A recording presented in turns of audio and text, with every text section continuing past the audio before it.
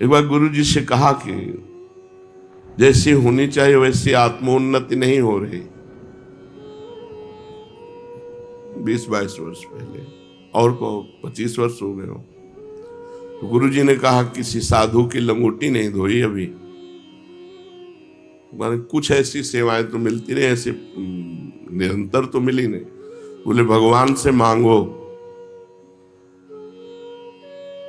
मन में आया कि हमारे भगवान तो आप ही हो, आप ही विधान कर दो। 2 ही 4 दिन में विधान बन गया श्रीधर बाबा की सेवा का, जो कालीदह में श्रीधर बाबा वयोवृद्ध थे। बस सेवा से और सुमिरन से अंतःकरण बहुत जल्दी शुद्ध होता है। अगर सेवा सुमिरन दोनों जिसको सही ढंग से ना मिल पा रहे हो तो वृंदावन की रज लगाओ पूरे शरीर में, बहुत जल्दी शुद्ध हो जाएगा अंतःकरण। वृंदावन की रज का सेवन करो, पूरे शरीर में पाउडर की तरह लपेटो। बार बार कहते मान लो, इस शरीर से प्यार मत करो, शरीर तुम नहीं हो। शरीर का वास्तविक प्यार यही होगा कि रज इसमें लगी रहे। स्नान के बाद शरीर हल्का गीला रहता है और जब रज लगाओ तो पूरे शरीर में रज लग जाती है। रोज लगाते हो, रज लगी है और शरीर छूट जाएगा तो श्री जी की प्राप्ति हो जाएगी। ये पूज्य राधा बाबा ने अपनी वाणी में लिखा कि यदि वृंदावन की रज शरीर में लगी हुई है और शरीर छूट जाए तो भगवत प्राप्ति हो जाएगी। यार नाम सुमिरन नहीं बन रहा, किसी की सेवा नहीं कर पाए तो इतना तो कि खूब रज लपेटे और गीली करके तिलक रूप में ऐसे लगा लो और सूखी पूरे शरीर में लगा लो। तो अगर संत सेवा का क्या स्वरूप है, संत सेवा को तो उसी को गुरु सेवा मान लेते हैं। गुरु सेवा संत सेवा एक ही कि उसका स्वरूप क्या है, तो बोले उनकी आज्ञा के अनुसार चलना, उनके आदेश उपदेशों का पालन करना। इसी से अहंकार नष्ट हो जाएगा। संतों की सेवा मतलब अहोभाग्य है जो गुरुजनों की शरीर सेवा में है।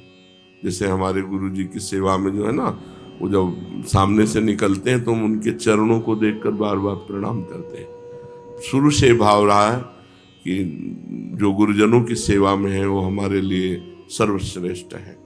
हम उनकी बराबरी आज्ञा पालन करके भी नहीं कर सकते। देखो भाव का विषय है। शास्त्र आज्ञा करता है कि गुरु और संत की आज्ञा का पालन करना ही सबसे बड़ी सेवा है।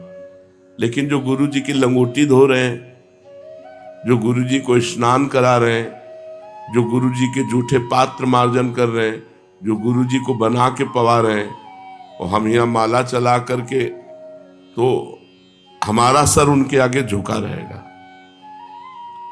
हम सदैव उनकी चरण वंदना करेंगे कि आपको जो सौभाग्य मिला है, जो आप हमारे गुरु जी को सुख पहुंचाते हैं, इसलिए मैं आपका दास हूं, दास हूं हम। जब वो सामने निकलेगा तो हम पहले उसके चरणों को गौर से दर्शन करते हैं और उनको प्रणाम करते हैं कि जिसके हाथों से हमारे गुरु सेवा बन रही, वो हमारे लिए गुरु जी के समान पूज्य है। उसकी बराबरी तो नहीं कर सकते हम, तपस्या करके या तीर्थ अवगाहन करके या जो भी, उसकी बराबरी नहीं कर सकते। वो तो रहेगा ही। जो गुरु जी की चरण सेवा में है, रात दिन उनके हुक्म पर खड़ा है, उनकी सेवा में, तो आप देखो, आप भजन कर रहे हो लेकिन अपने लिए कर रहे हो। हमारी बात को समझना। गुरु आज्ञा का पालन कर रहे हो लेकिन अपने लिए। आप गुरु जी को प्रणाम कर रहे हो अपने लिए, प्रणाम कर रहे हो गुरु जी को, गुरु जी के लिए नहीं, अपने लिए, हमारा मंगल होगा। आप गुरु जी को कुछ दे रहे हो अपने लिए, लेकिन वो जो भी कर रहा है गुरु जी के लिए कर रहा है। उसको प्रणाम नमस्कार से मतलब नहीं है। गुरु जी को प्यास लगी है, पानी पिलाना, गुरु जी को भोजन, गुरु जी की आरती करने का जो समय है वो स्वयं आरती कर रहा है। गुरु जी खड़े हैं या बैठे हैं, आराम मिल रही ना, गुरु जी को आराम मिल रही ना, गुरु जी को सुख पहुंच रहा है ना। बहुत सूक्ष्मता से हमारे इस विषय को समझना, अन्यथा मत ले जाना। आप जो भी पालन कर रहे हो गुरु आज्ञा का अपने लिए, और वो जो भी कर रहा है प्रगट में गुरु जी के लिए कर रहा है, वो गुरु जी का कपड़ा धो रहा है गुरु जी के लिए, गुरु जी की लंगोटी धो रहा है गुरु जी के लिए, अपने जीवन को अर्पित किए हैं गुरु जी के लिए। इसलिए उसकी समानता में तो नहीं कह सकते हम कि उनके समान सब नहीं। कभी कृपा हो जाए हमारे ऊपर भी और हमको चंद दिन ही सेवा मिल जाए, वो समानता गुरु जी की नहीं। जो सेवा में वो तो मतलब जीत गया। अब है 1000 लड़के होते हैं तो 1000 लड़कों में सब थोड़ी कमांडो बन जाते हैं, 10-5 निकल पाते हैं। ऐसे मानो लाखों शिष्य हैं तो लाखों गुरु जी को मानने वाले हैं, लाखों में 10-5 गुरु जी की मानने वाले हैं।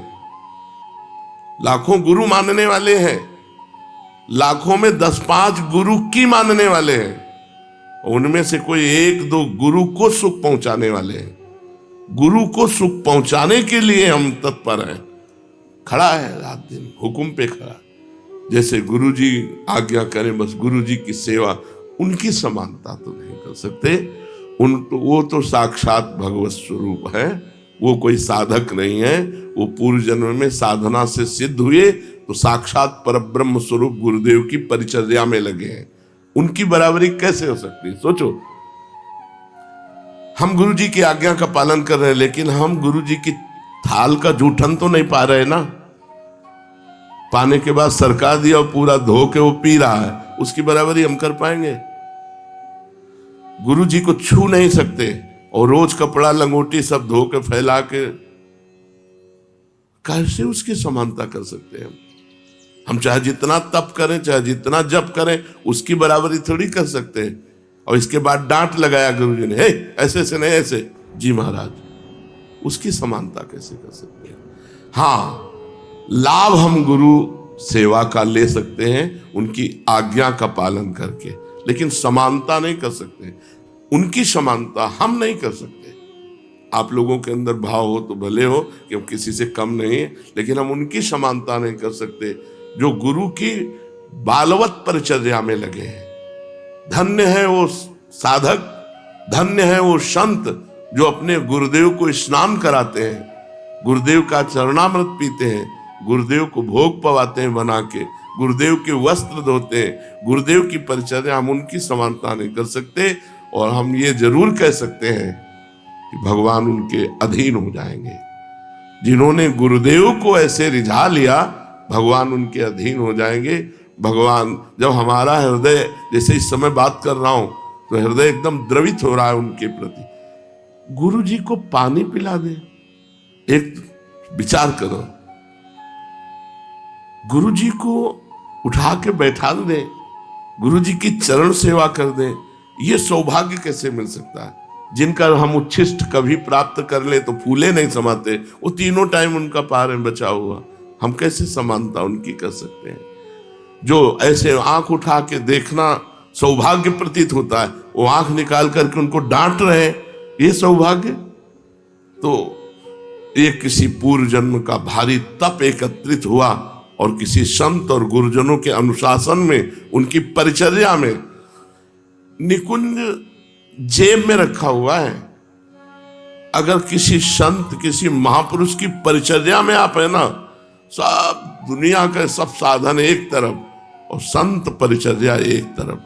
किसी को संत परिचर्या मिल जाए तो कभी ये मत छोड़ना कि मुझे भजन करना है, इससे बड़ा कोई साधन नहीं, भगवान इसके अधीन हो जाते हैं। तो जो अन्य लोग नहीं प्राप्त कर पाते, द्वितीय स्थिति है कि वो उनकी आज्ञा में बंधे रहे।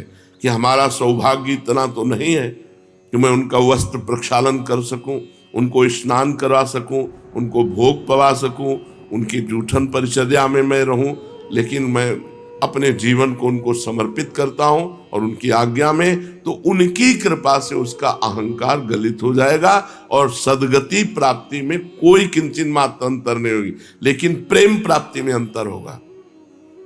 जो उसे प्रेम प्राप्त होगा गुरु चरणों का, वो उसे प्रेम नहीं प्राप्त होगा। नहीं, सब आप देख लो, जो हम कह रहे हैं इस बात पर देखो। आप प्रणाम करते हो अपने लिए, आप जप करते हो अपने लिए, आप गुरु बनाया है अपने लिए, गुरु के लिए क्या कर रहे हो? ईमानदारी से देख लो, ईमानदारी से वृंदावन में बैठे हो, आप अपने लिए कर रहे हो, गुरु के लिए। बोले मेरा जीवन गुरु का जीवन है, मैंने गुरु को दे दिया। अब अगर गुरु जी हमसे यहां जूता साफ करवाते हैं तो मैं गुरु, उसका हो गया जीवन। बस आप समझ लो, मेरा जीवन गुरु के लिए है। अगर वो मुझे 100 किलोमीटर दूर रखते हैं तो मेरा इसमें क्या दोष है? अगर मुझे वो शरीर सेवा नहीं दे रहे जिसमें मेरी क्या, पर मैं गुरु का हूं, उनकी आज्ञा पे चलूंगा, मेरा जीवन तन मन प्राण उनका, उसको वही गति प्राप्त होगी जो उनकी परिचर्या में है, क्योंकि वो गुरु आज्ञा में है। तो गुरु आज्ञा में जो है वो गुरु की परिचर्या ही माने।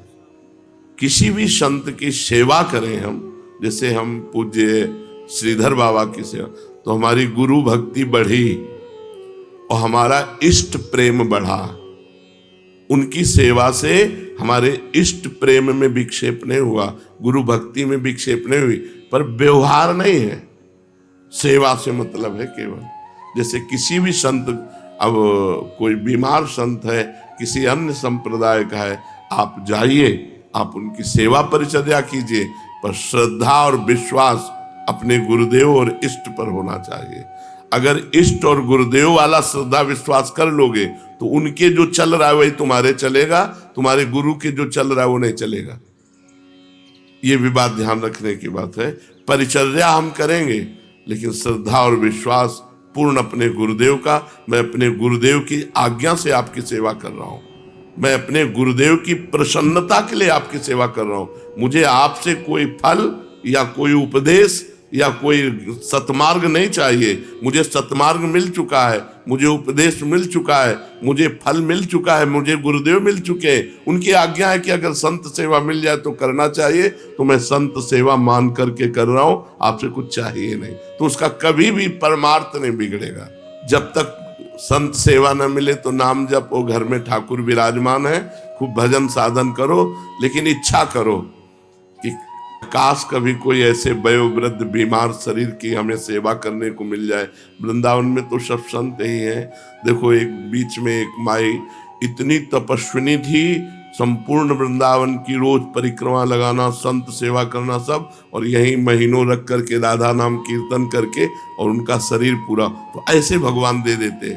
कभी कोई ऐसा भजनानंदी मिल गया और उसकी सेवा बन गई तो हमारा देहाभिमान। पर सेवा सेवा है, जब तक सेवा न मिले खूब नाम जप करो, खूब और आकांक्षा करो कि इस शरीर से कभी किसी की सेवा बन जाए। बहुत जल्दी अंतःकरण शुद्ध होता है और अहंकार रहित होता है। सेवा की बहुत बड़ी महिमा है। अब जैसे सेवा भाव है, अब सब सत्संग सुन रहे हैं, अब एक रुमाल लेकर के जितने जूते चप्पल रखे सबके साफ कर दिए। देखा सत्संग होके गए, गली में सोहनी लगा दी। ये सेवा नहीं, सब संतों की सेवा बन गई। समय मिला, कारपेट साफ कर दिया। कितने संत बैठ करके सत्संग सुन रहे हैं। ये सब संत ही तो है, चाहे सफेद हो चाहे तो, जो भगवान में चित्त जोड़े वो संत है। सेवा की कमी नहीं है। अगर हम सेवा करना चाहें तो बहुत सेवा है, सेवा की कमी नहीं है। हम इच्छा करें सेवा की, भगवान हमें सेवा का अवसर देंगे। और खास बात, सब संतों के संत हैं भगवान। तो हमने कहा है चाहे राधा नाम सेवा रख लो और चाहे जुगल सेवा रख लो, तो वो भी सेवा तो है। जितना भगवान नाम जप करोगे उतने अधिक होगा, और जितना दूसरों की सेवा करोगे उतना अधिक होगा। दो बातें बताई, सेवा और नाम जप। अंतःकरण को शुद्ध करने के लिए सेवा अत्यंत अनिवार्य है। चाहे पशु पक्षी मनुष्य साधु महात्मा किसी की भी हो, सेवा जरूर करनी चाहिए, सेवा होनी चाहिए। इसमें जो गौरव है, बड़प्पन है, अपने में श्रेष्ठता है, ये गुरुजनों की सेवा से नष्ट हो जाता है। जब बड़े महापुरुषों की सेवा मिलती है, भगवत प्राप्त संतों की सेवा मिलती है, तो अहंकार नष्ट हो जाता है। सेवक साधक में कभी अहंकार नहीं होता। मैं इतनी सेवा करता हूं, मैं इतना जप करता हूं, मैं इतना, उसमें सब नहीं होता। वो तो देखता है हम तो यंत्र की तरह चल रहे हैं, गुरुजी हमें चला रहे हैं, जैसे वैसे चल रहे हैं। तो गुरुजनों की सेवा, महापुरुषों की सेवा, सम्मान का त्याग, बड़प्पन का त्याग, गौरवपन का त्याग, इसी से अहंकार क्षीण हो जाता है।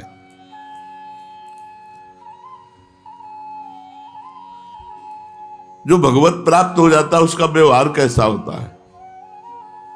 बहुत सुलझा हुआ व्यवहार होता है। वो शास्त्र दृष्टि से व्यवहार करता है। पिता को पिता की तरह, माता को माता की तरह, पति को पति की तरह, पत्नी को पत्नी की तरह व्यवहार करेगा, पर शास्त्र दृष्टि के अनुसार। जो सिद्ध पुरुष होगा, पिता के साथ कैसा व्यवहार करना चाहिए शास्त्र कहता है, पत्नी के साथ कैसा व्यवहार करना चाहिए शास्त्र कहता है।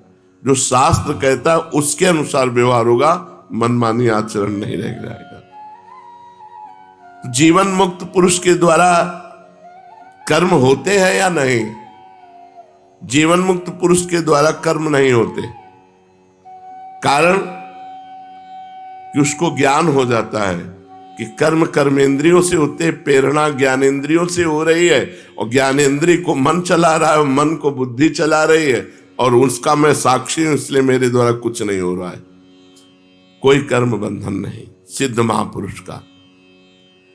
एक काम क्रोध अंतःकरण में रहते हैं, तो जो जीवन मुक्त पुरुष हो गए उनके भी काम क्रोध रहते हैं। अंतःकरण में ही काम क्रोध का आवेश होता है। तो जो जीवन मुक्त हो गया, जो भगवत प्राप्त हो गया, क्या उसमें काम क्रोध होते हैं? जीवन मुक्त भगवत प्राप्त पुरुष के अंतःकरण में काम क्रोध आदि की तो बात जाने दो, छोटा सा भी कोई दोष नहीं रह जाता। निर्दोष ब्रह्म को निर्दोष ही प्राप्त होता है। परमात्मा की प्राप्ति के पूर्व ही उनके अंतःकरण की ऐसी शुद्धि हो जाती है कि उसमें किंचन मात्र कोई भी दोष नहीं रहते, कोई भी दोष नहीं रहते। जैसे सूर्योदय होने के पहले ही अंधकार नष्ट हो जाता है, ऐसे भगवत प्राप्ति के पूर्व ही वो निर्दोष हो जाता है, उसमें कोई दोष नहीं रहता। तो सिद्ध महापुरुष में काम क्रोधादि दोष नहीं रहते। जो अपने को काम क्रोधादि दोषों में लिप्त मान रहे हैं और सिद्ध भी मान रहे हैं, वो दंभ कर रहे हैं, पाखंड कर रहे हैं।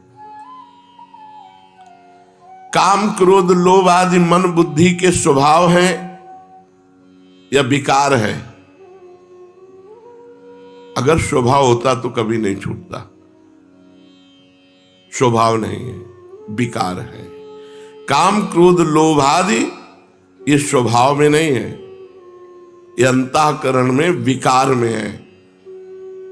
स्वभाव होता तो छोड़ना कठिन होता, और जब उसे स्वीकार कर लिया जाता है तो उनका प्रभाव स्वभाव में भी पड़ जाता है। जैसे बहुत कामी स्वभाव का आदमी है, ये बहुत क्रोधी स्वभाव का आदमी है, ये बहुत लोभी स्वभाव का आदमी, उसका स्वभाव पर प्रभाव पड़ता है, लेकिन वो स्वभाव होता नहीं है। जो अधिक लिप्त विकारों में हो जाता है उसका प्रभाव स्वभाव पर पड़ता है, पर वो स्वभाव होता नहीं है। स्वभाव हो तो मिटाया नहीं जा सकता। वो विकार है, विकारी स्वभाव। स्वभाव जो है वो शुद्ध है, पर उस विकार से लिप्त होने के कारण वो कामी कहा गया, क्रोधी कहा गया। तो काम नष्ट हुआ तो स्वभाव तो शुद्ध था ही। स्वभाव, जो स्वभाव है वो कभी विकारी नहीं होता, पर विकारी कहा जाता है। जैसे रिक्शा, कभी रिक्शा चालक नहीं बन सकता, लेकिन रिक्शा कहने से खड़ा हो जाता है। ऐसे ही अधिक काम में लिप्त होने के कारण वो कहा जाता है कामी स्वभाव का है, ये क्रोधी स्वभाव का है, ये लोभी स्वभाव का है। जिस घड़ी तुम भजन में चित्त को जोड़ोगे, तुम्हारा स्वभाव भजन का बन जाएगा, तो ये विकार हैं, ये घड़ी भर में सब नष्ट हो जाएंगे। ये सब तुम्हारे गुलाम बन जाएंगे, ये सब भाग जाएंगे डरकर। कब? जब खूब भजन करोगे। ये 2-4 माला घुमाने से नहीं। अरे भजन की अलग अलग वृत्तियां, राधा राधा राधा राधा, एक भजन ही हो रहा है, एक उपांशु हो रहा है, एक मानसिक हो रहा है, और एक गाढ़ भजन हो रहा है, केवल भजन। वही मंत्र दिखाई दे रहा, वही सुना, हिम्मत नहीं पूरे शरीर की कि झेल पावे। थोड़ी देर में इतनी ऊर्जा पैदा होती कि शरीर विलक्षण होने लगता है, शरीर विलक्षण होने लगता है। मतलब खुद समझ में नहीं आता कैसे कंट्रोल करें ऐसी महान ऊर्जा शक्ति। ये नाम आप खिलवाड़ समझते हो, आप भजन करके तो देखो, पहुंचो तो भजन की जगह पे। नाम जब जैसे राधा राधा कर रहे, फिर उपांशु, फिर मानसिक, ये भजन का अभ्यास है। अभी भजन नहीं हो रहा है, भजन का अभ्यास हो रहा है। और जब भजन होगा तब देखना, जो वास्तविक भजन की बात है, क्षमता नहीं है कि शरीर सह जाए। हर नस नाड़ी, मतलब एक अलौकिक ऊर्जा प्रकट होती जब से, भजन से एक अलौकिक ऊर्जा। आप लगे रहो। अभी ऐसा मत मानो आप भजनानंदी बन गए, माला घूम, जब माला और काउंटर ये सब धर जाए, हाय हाय मच जाए अंदर से। मतलब एक पूछा कल किसी ने कि कैसा लग रहा है इस समय आपको, हम कहा कैसे बताएं, ना खट्टा ना मीठा ना कड़वा, अब कैसे बताएं। अब हम कहें कि आनंद आ रहा है कि क्या कहें, हम कुछ कह ही नहीं सकते कि कैसा लग रहा है, बस हो रहा है। भजन जब ऐसे होने लगता है तो स्वभाव बन जाता है भजन का, सारे विकार अपने आप नष्ट हो जाते हैं। लगे रहो, बस हम ये कह रहे हैं, लगे रहो। तेरी बनत बनत बन जाए रे, हरि सो लगा रहो भाई रे, तेरी बनत बनत बन जाए रे। हरि से लगा रहो भाई रे, तेरी बनत बनत बन जाए। तेरा राम जी करेंगे बेड़ा पार, उदासी मन काहे को करे। लहर लहर हरि आप संभाले, हरि आप ही उतारे तेरा भार, उदासी मन। ये लहर लहर करके वही समुद्र में पहुंच जाएंगे। समुद्र की लहरों का एक स्वभाव होता है, वो दिखाई देती है उछलती हुई बाहर के लिए, लेकिन वो घसीटती अंदर के लिए। उसका दो स्वरूप होता है। ऐसी उछाल तो लगता है कि ये बाहर फेंक देगी, लेकिन वो उसकी फंस में आ जाओ तो घसीट ले जाएगी अंदर। ऐसे ही भजन की लहर है, मन बाहर भागता है, विषयों की तरफ भागता है, लेकिन जितना भागेगा उतने घसीट जाएगा। भजन न छोड़ो, बस भजन में लगे रहो, ऊबो मत। मंगल ही मंगल है, आगे चलकर जब भजन होगा। अभी भजनानंदी नहीं हो, अभी भजन मत मानो, क्योंकि हम बताते हैं भजन की एक स्थिति होती है। मतलब कैसे वर्णन करें, कोई शब्द ही नहीं हमें कि हम वर्णन करें। जैसे मशीन रख दी गई हो ना खोपड़ी में, वो एक मतलब अजीब स्थिति है। जैसे हम वर्णन कर रहे हैं तो उसका आभास केवल हो रहा है उस समय का, वो स्थिति नहीं है। उस स्थिति में वर्णन नहीं कर सकते, केवल बस ऐसे बैठे, बस ऐसे हो रहा है, तो चल रहा है। मतलब उसमें कोई जप नहीं कि हम जप कर रहे हैं, एक अलौकिक स्थिति। भजन करते करते करते तभी कहा गया कि महापुरुष जन जो 5 मिनट में कर लेंगे वो तुम 24 घंटे में नहीं कर पाओगे। 5 मिनट में, एक क्षण में उनका जो चिंतन बना वो वहीं पहुंचना है। ये विकार हैं, ये नष्ट हो जाएंगे, ये स्वभाव नहीं है। विकारों का अत्यधिक प्रभाव होने के कारण हम लांछन स्वभाव पर लगा देते हैं कि कामी स्वभाव का, ये क्रोधी स्वभाव, उसका स्वभाव नहीं कामी है। काम विकार है जो बढ़ चुका है और हम आरोप कर देते हैं। तो काम क्रोध लोभ मोह मद मत्सर ये स्वभाव नहीं होते, ये विकार होते हैं। स्वभाव होता तो मिटाना कठिन था, विकार है इसलिए सहज में मिट जाएंगे। अंतःकरण की शुद्धि का क्या उपाय है? अंतःकरण जब शुद्ध होने लगेगा तो अध्यात्म ज्ञान आपके अंदर अपने आप स्फुरित होने लगेगा। अंतःकरण जब शुद्ध होगा तो आपकी शारीरिक मानसिक क्रियाएं सब भागवतिक होने लगेंगी।